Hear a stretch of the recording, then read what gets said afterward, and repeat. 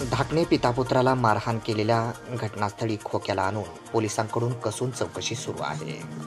आज शनिवार दिनांक 15 मार्च रोजी साधारणतः अंदाजे दुपारी 3 वाजण्याच्या दरम्यान खोक्याला ते घटनास्थळावर आणून पोलिसांकडून चौकशी सुरू होती.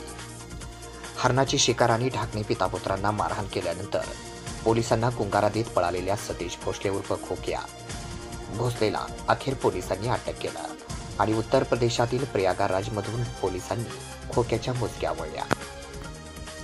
त्यानंतर त्याला 6 दिवसाची पोलीस कोठडी सुनावण्यात आली होती. आज पोलीस त्याला थेट शिरूर कासार येथील बावी शिवारामध्ये घेऊन जाऊन त्या ठिकाणी ढाकणे पितापुत्रांना मारहाण करण्यात आली. तसेच तिथेच त्याला आणलं गेलं. त्याच्याकडून पोलिसांनी घटनेची पूर्ण माहितीही घेतली आहे.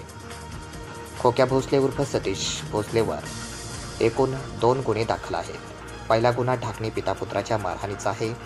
हा गुन्हा पोलिसांनी नोंदवून घेतला असून पोलीस तपास करत आहेत. तर दुसरा गुन्हा हा हरणाची शिकार केल्याचा आहे. त्याचा तपास वन विभाग करत आहे. पहिल्या गुन्ह्याचा तपास करण्यासाठी पोलीस खोक्याला शिरूर कासार तालुक्यातील बावी गावी घेऊन आले आहेत. खोक्याने ज्या ठिकाणी ढाकणे पितापुत्रांना मारहाण केली होती तिथेच त्याला आणलं आहे.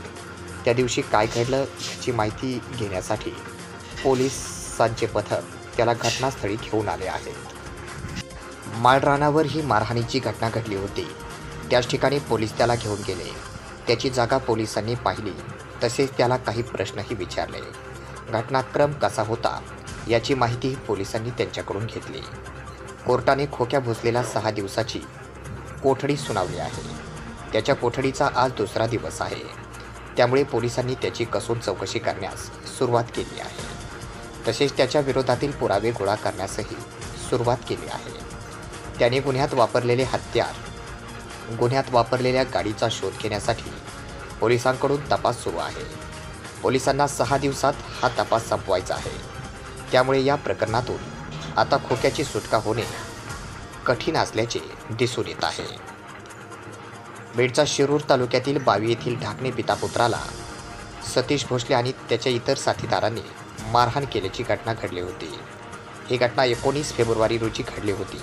त्यानंतर खोक्याचे प्रकरण चांगलेच तापले आहे.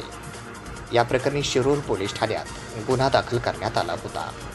सतीश भोसले आणि त्याच्या साथीदारांनी मारहाण केलेल्या ढाकणे कुटुंब प्रचंड दहशतीखाली आले होते.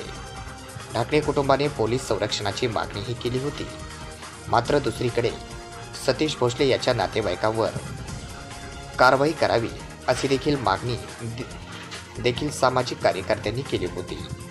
मात्र हे प्रकरण अंगलट आल्याने खोके भोसलेच फरार झाला होता.